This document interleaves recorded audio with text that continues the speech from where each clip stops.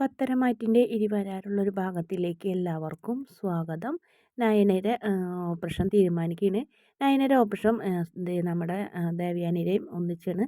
രണ്ടുപേരും എന്തായാലും നയന അറിഞ്ഞും ദേവയാനി അറിയാതെയും അങ്ങനെ ആ കർമ്മം നടക്കുകയാണ് ചെയ്യുന്നത്. എന്തായാലും നന്ദുവിനോടും അതുപോലെ തന്നെ കനകനോടും സത്യം പറയുന്നുണ്ട്.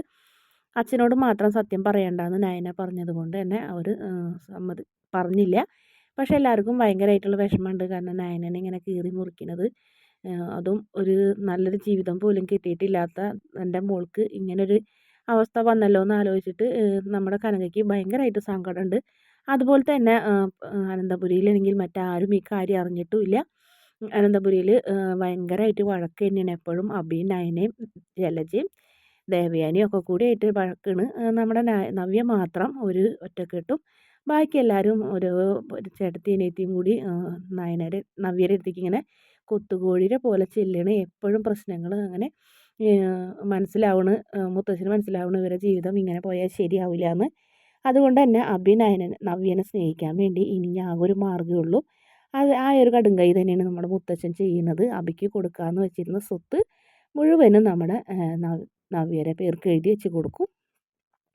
കോടിക്കണക്കിനുള്ള സ്വത്ത് അഭിയുടെ പേരിൽ നിന്ന് നവ്യയുടെ പേരിലേക്ക് പോയപ്പോൾ നവ്യയ്ക്ക് ഭയങ്കര സന്തോഷമാവുന്നുണ്ട്. അപ്പോൾ ജലജയ്ക്കും അഭിക്കും ഭയങ്കരമായിട്ട് അടിയാവുന്നുണ്ട്. ഇനി ഇവളെ സ്നേഹിക്കാതെ രക്ഷയില്ല എന്ന് പറയുന്നുണ്ട്. ഇനി അമ്മയ്ക്കും മോനും അനന്തപുരി തറവാട്ടിൽ സത്യത്തിൽ ഇനി ഒരു അധികാരവും ഇല്ല. മരുമക്കൾക്കാണ്. നവ്യയുടെ സ്വഭാവത്തിൽ നല്ല മാറ്റം ഉള്ളത് കൊണ്ട് തന്നെയാണ് മുത്തശ്ശൻ ആ തീരുമാനം എടുക്കുന്നത്. മുത്തശ്ശന് ഭയങ്കരമായിട്ട് ഇപ്പം നയനര അത്രയ്ക്കില്ലെങ്കിലും നവ്യനെയും ഇഷ്ടം തന്നെയാണ്. പിന്നെ ഒരു കുഞ്ഞ് ജനിക്കാനും പോവല്ലേ. എന്തായാലും അനന്തപുരി തറവാട്ടിലെ ആദ്യത്തെ കുഞ്ഞല്ലേ. അതുകൊണ്ട് തന്നെ നവ്യയ്ക്ക് ആ സ്വത്തൊക്കെ എഴുതി കൊടുത്തപ്പോൾ പിന്നെ ജലജയ്ക്കും അഭിക്കും ഇനി നയനനെ സ്നേഹിക്കാതെ നിവർത്തിയില്ലാതാവുന്നുണ്ട്. അതുപോലെ തന്നെ ജാനകിക്കും ഭയങ്കരമായിട്ട് ദേഷ്യം ആവുന്നുണ്ട്. കാരണം അത് തൻ്റെ മരുമോൾക്ക് ഒന്നും കൊടുക്കില്ല. അവൾ ഇന്നല്ലെങ്കിൽ നാളെ അനന്തപുരി തറവാട്ടിൽ നിന്ന് ഇറങ്ങിപ്പോകും എന്നുള്ള കാര്യം മുത്തച്ഛൻ അറിയായിരുന്നു. അതുകൊണ്ട് തന്നെയാണ് മുത്തച്ഛൻ ഒന്നും കൊടുക്കാത്തത്. അനാമിക അതിൻ്റെ പേരിൽ ഒരുപാട് പ്രശ്നങ്ങളൊക്കെ ഉണ്ടാക്കുന്നുണ്ട്. സ്വത്തിൽ ഒരു ഭാഗം അനാമികയ്ക്ക് കിട്ടുമെന്നുള്ളൊരു പ്രതീക്ഷ ഉണ്ടായിരുന്നില്ലല്ലോ. അതുകൊണ്ട് വേണുവും ഭാര്യയൊക്കെ അനന്തപുരി തറവാട്ടിൽ വന്ന് ബഹളമൊക്കെ വെക്കുന്നുണ്ട്. പക്ഷേ അതൊന്നും മുത്തശ്ശനെ ഏൽക്കില്ല. മുത്തശ്ശൻ അത് കഠിനമായൊരു തീരുമാനമെടുത്താൽ പിന്നെ അതിലൊരു വ്യത്യാസം ഉണ്ടാവില്ല. അതുകൊണ്ട് തന്നെ നമ്മുടെ സ്വത്ത് മുഴുവനും അഭിയുടെ സ്വത്ത് നവ്യയുടെ പേരിൽ ആക്കുന്നുണ്ട്. പിന്നീട് ഹോസ്പിറ്റലിൽ നിന്ന് നമ്മുടെ നയനനെ നേരെ ഗോവിന്ദൻ്റെ വീട്ടിലേക്ക് കൊണ്ടുപോകുന്നത്. തിരിച്ച് ഇങ്ങോട്ട് ഇവിടേക്ക് വരുന്നില്ല. പക്ഷെ നയനനെ കാണാണ്ടാവുമ്പോൾ മുത്തശ്ശിയും കാര്യങ്ങളൊക്കെ അന്വേഷിക്കുന്നുണ്ട്. കാര്യങ്ങൾ അന്വേഷിക്കുക മാത്രമല്ല, അവർക്ക് നയനനെ കാണണം, എന്താ സംഭവിച്ചതെന്നൊക്കെ അറിയണം എന്ന് പറയുമ്പോൾ അച്ഛനോടൊന്നും ഒളിച്ചു വയ്ക്കാൻ പറ്റാത്തത് കൊണ്ട് ജയൻ എല്ലാ സത്യങ്ങളും പറയുന്നുണ്ട്. ശരിക്കും മുത്തശ്ശന് ഭയങ്കരമായ ഷോക്കാണ് ആവുന്നത്. മുത്തശ്ശി കരയും.